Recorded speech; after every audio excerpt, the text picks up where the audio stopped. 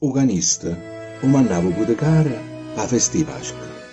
Suonava la porta e quando la rapiva, prima trasì il garzone che portava uganista pesante sotto raccia.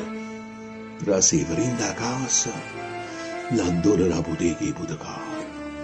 A due formaggi, a provola, il salame, la mortadella, il cicolo, il prosciutto insieme che chiapparella e l'oliva e la liscia salata che sardine campano tutte insieme, allenamento, con Maddinta Rovascia, la famiglia, più stanzardata e chiusa con sardà.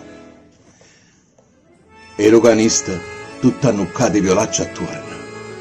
Era l'usanza, e quando uno guziante sa teneva gelosa la clientela, l'acconta s'allisciava e ti mannava. Prima giorno alla festività, tanta roba miscata, che ti abbassava tutta la settimana di Pasqua.